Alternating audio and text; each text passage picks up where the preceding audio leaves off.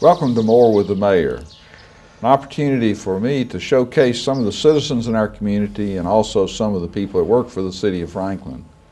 Today I'm fortunate to have Sam Whitson with us as our guest. Sam is, I would say you're a community historian, a community activist, vice chairman of the Battlefield Commission, and now your latest is Cannons on the Square. So tell us a little bit about yourself. You're not a Franklin guy. No, Mayor Moore, again, thank you for having me on this. It's my pleasure. We really enjoy watching these. And well, I was born and raised in Nashville, South Nashville, and but I spent 26 years in the U.S. Army, in the regular Army. I retired about 12 years ago as a regular Army officer, and my wife and I settled in Franklin here 15 years ago. We moved all over the world for all those years, 13 moves, and we decided this is the place we want to be. It's just a great town, and we're blessed to be here. All my friends in the Army, when we tell them about Franklin, they just are very envious, and it's just I'm just again fortunate to be here in this town, and what a great place to live. Well, recently, one of the proudest things I am of our community is that we're a very patriotic community, and there's always a great turnout on Memorial Day and Veterans Day, and of course we recently had Veterans Day Parade, and there was a special event that occurred after the parade on the square. And of course that relates back to your Cannons on the Square committee. So chat some about what Cannons on the Square are all about. Well, back in 1964, my uncle brought me here to visit Franklin, and I just felt, again, had a deep interest in military history. And like I said, when we moved here 15 years ago, the first thing I noticed was these old cannons out here we had on the square. They were mounted on concrete pedestals. And so about 3 years ago at the Battlefield Preservation Commission, I briefed the commission about the idea of remounting these on accurate field carriages. During the Civil War, of course, the cannons were towed by teams of horses and such, and they were on these what they call #1 field carriages. And, you know, we have a lot of treasures in this town, but 4 of these guns out on the square were actually model 1861 6-pounder field guns. They were cast in Massachusetts between 1841 and 1861. And sometime about 120 years ago, when the statue was dedicated on the square, at some point the Department of the Army, back then it was called the War Department, donated these 4 cannon tubes to the city. And of course, I was concerned they looked like something the Navy would use because they were on those mounts, being an Army guy. So when I talked to the Battlefield Preservation Commission, I had a couple of the members really got enthusiastic about that, and that was Dr. Sam Gant, Sam Huffman of Save the Franklin Battlefield, Pam Lewis, and Alderman Mike Skinner. And we all got together and formed a team to start this campaign to remount these gun carriages in time for the 150th anniversary. Well, at first we would try to get some surplus gun carriages from the Shiloh National Battlefield, because they were buying new ones and replacing their old gun carriages. But at the same time, Shiloh expanded their battlefield, so we didn't have the opportunity to get the surplus ones. So we started a fundraising campaign and wrote a state grant to the state of Tennessee, a request for a grant, and they gave us $20,000 toward the purchase of these new gun carriages. And but I think the real heroes of this was the Board of Mayor and Aldermen. We requested support for this. The board stood up and allocated $31,000 to this project. And we talk about legacies for boards and such, and it's kind of like, to me, the legacy of those governments that bought the national parks. You know, and these things will be around for the next 300 years, you know, or so, these gun carriages. And it will make a big difference for our city. And I think you said it best. When we remounted them on the gun carriages, people said, or you mentioned the other day, and I think the right term is that it's become the iconic image of Franklin, how these look around our square. Well, I know that one of the guns or cannons and carriages has a name, and it also happens to be pointed towards City Hall. So clarify that for me. Well, I guess it's appropriate. Mrs. Virginia Bowman, our county historian, author of several books about the history of Williamson County, has long dedicated her life to preserving and protecting our town square. And Mrs. Bowman called me right after we started this project, and I was a little concerned at first. She said, "What are you doing my square down there?" And I said, "Are you concerned?" She told me, "We're concerned you're not going to get it done." And she donated money. Her organization, United Daughters of the Confederacy, also donated, and the Daughters of the American Revolution. And so Mrs. Bowman, like I said, had this lifelong image, and so during the dedication ceremony, she came there, and she was going to cut one of the ribbons with a sword with the help of Alderman Clyde Barnhill. And we surprised her by telling her, from now on, we're going to call this gun Virginia in her honor. And because she always wants to make sure the city takes care of our historic Franklin, and she was just so tickled to death about that. And what a great contribution she's made to our community through the years. Wonderful lady. So what's next, Sam? Well, our next we're looking at, and it's again a team effort, and it's a big project, it's the Carter Hill Park project. We have an opportunity here to to make Franklin almost in the image of Gettysburg, in that I was fortunate. I was stationed at the Army War College for a year and had an opportunity to spend a lot of time at Gettysburg. And it's such a great historic site. And I think Franklin has that opportunity to be, I like to say, the Gettysburg of the South, or Gettysburg will become the Franklin of the North. And it's, I think, 50 to 100 years from now, we will remember the folks who made that happen. And there's a lot of folks working on this, and we just need the help and support of so many others to bring it together. So let's clarify where the Carter Hill Park is.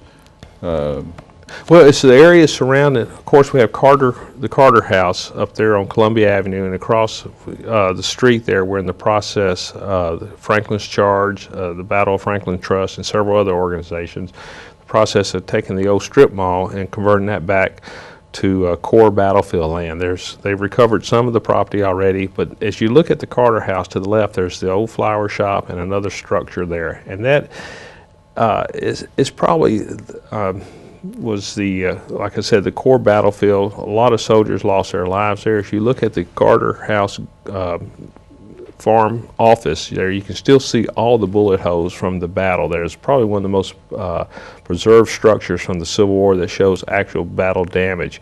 And this opportunity is fleeting, and we need to preserve that, and we have the opportunity over the next year to raise money to purchase that property with the help of the city, the federal government, the state of Tennessee, and private donors. And we recently got some good news from the Civil War Trust that they're going to be involved. Right. They announced last week they're donating $200,000 to this project. And we raised, with the help of Eric Jacobson's initiative a few weeks ago, they raised another $150,000. And of course, there's been other donors. And we're on a time schedule to get it done. And so I feel like it will happen, and it will make an impact on this town for years to come. Sam, thanks for joining us today and updating us on what's happening with the square and the carriages for the cannons, and also the update on the Carter Hill Park. So thanks again for being here, and we're going to take a break right now. In a moment we'll be back with Kevin Lindsay from Parks Department to talk about some exciting things going on in the Parks Department.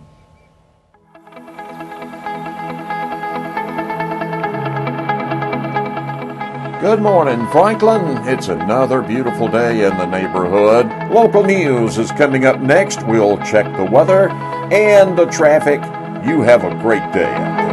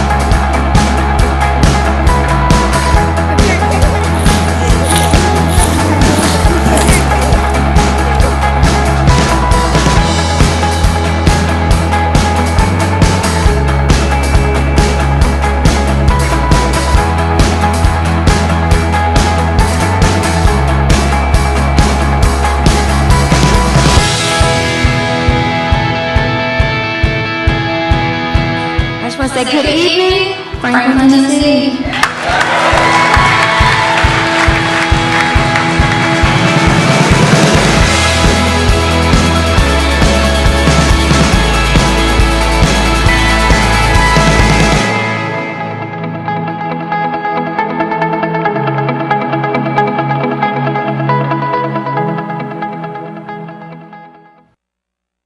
Welcome back to More with the Mayor, and with me now is Kevin Lindsay, who's Superintendent of the Facilities of the Parks for the City of Franklin. And typically, this is a time of year that park activity is down, but there's a lot of things happening and a lot of planning happening. Can you tell us about what's going on? Certainly, Mayor. Thank you for asking me in today. Today is one more busy day in the Parks Department, even though our main jest of the summer is over with, but we're still planning, we're still going, planning for the future with our master park plan that we got in place now. It's a great time to be in Franklin to say that we can actually do a 10-year master park plan and be excited about that for the development and the future of the city. Well, I mean, we've got all this land, we've got 700 acres, why do we need a plan for it? Well, that's a good question, and that's hopefully a question that the master park plan can ask or solve for us. We just need to go in hand with the development that is pushing this community the way it is. Over the past 10 years, we've grown. The last open space greenways master plan that we had, I think that was completed in 07, 08. It was adopted in 09. That's what we've been running off of, and that was kind of a 30,000-foot view, if you will, from up top looking down. And maybe this plan that we can get completed and adopted, maybe that'll take us down to ground level and really show where those parks need to be, the kind of parks that we need to have, and for public input. So we've had a master plan we've worked from, and so many of the things, improvements that we've seen in the parks have been based on those master plans, and now we're going in and taking it down to a more finite level. So you mentioned that you hope to identify where some other parks might be, and of course that's an ongoing need as we grow for more parkland, but as a professional in the parks business, what do you hope that we'll find? Are there any special areas that you're looking at that you hope the study will help us get to that area? I think over time, as you know, land is just going to continue to be more expensive in this area. And if we can identify those pieces of land that we want to put a park in or into currently, I think it would benefit the city greatly going down the line.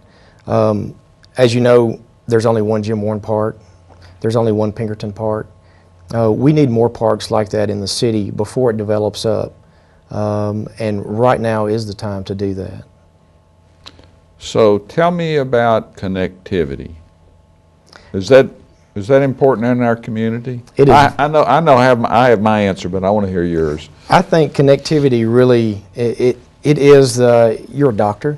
It's the veins that hold everything together in the city. If you go and you look at Chattanooga, you look at Knoxville, with the inception of their Greenway, their Blueway down right beside the Tennessee River, Chattanooga's turned around 180 degrees from 15, 20 years ago. Knoxville's the same way. Knoxville now's got over a couple hundred miles of trail systems just located within the downtown region with the inception of another park that they just created not too long ago. So those connections to what I would consider those neighborhood parks, Pinkerton Park, the major parks that are out there, that's just another mode of transportation. It's another avenue that people look for when they move here for quality of life. So your vision is that you're going to be able to walk to those, from one park to another one, from one park to another area of town, just interconnectivity of our entire city, so that somebody could participate in any of our parks without ever getting in their car. I would hope so. That would be a beautiful plan if it was to come together. Almost like a river walk right beside the Harpeth that's been brought up. You know, if, we have 14 miles of river that run through the city UGB. That's a lot of miles, but that's also a wonderful avenue to go from basically the south side of the city to the north side of the city, and all of that connecting into the trail systems. That would be great. And then one day, hopefully, MyCatcher, with its conclusion, it'll have an inside walking trail, multi-use trail all the way around that. That I think is 13 miles, if I'm not mistaken. So that's a half marathon. You know, you could come in and run a half marathon right there, just around MyCatcher. And for MyCatcher to be feeding off the other trail systems that's coming in, that to me is a greatly needed thing, and I think it is a quality of life that we all strive to try to get to someday. Are there any common themes that are coming out of social media and the focus groups you've had so far? That would be one of them. You know, is there a need for a river walk along the Harpeth River from one end to the other?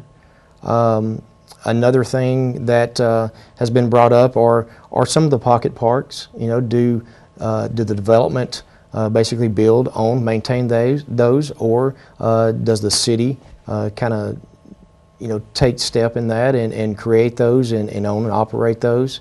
We've had disc golf. I guess people come out and post on social media they would like to have another disc golf course in Franklin.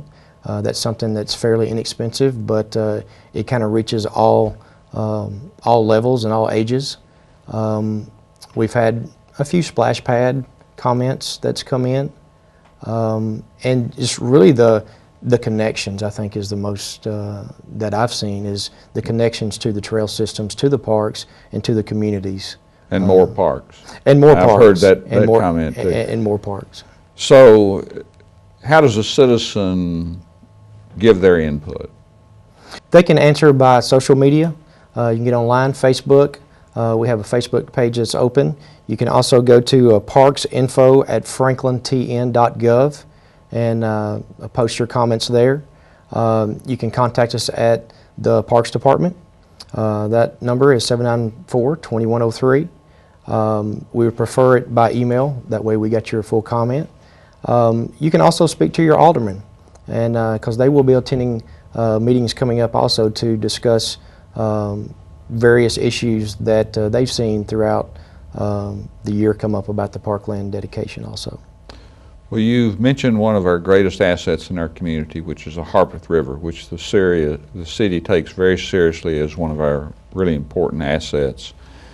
And recently at a Board of Mayor and Alderman session, you talked about a navigation project. And I said, well, I don't see any large ships going up through there. Well, we do see a lot of canoers and kayakers and people on the river. So tell us about that project.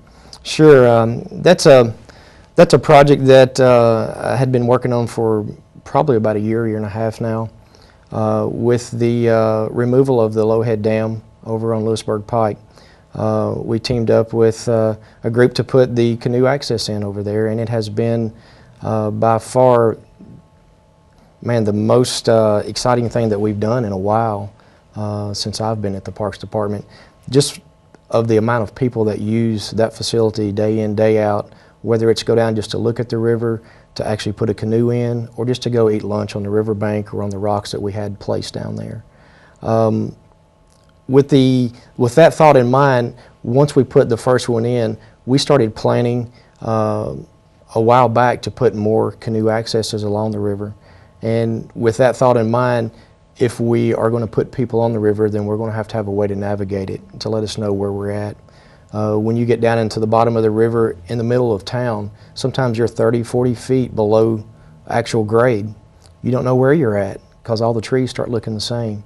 So we got together with fire and police and kind of created a system that we're going to mark the river every mile.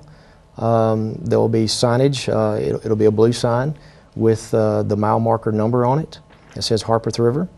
We're going to mark all the bridges that you go under.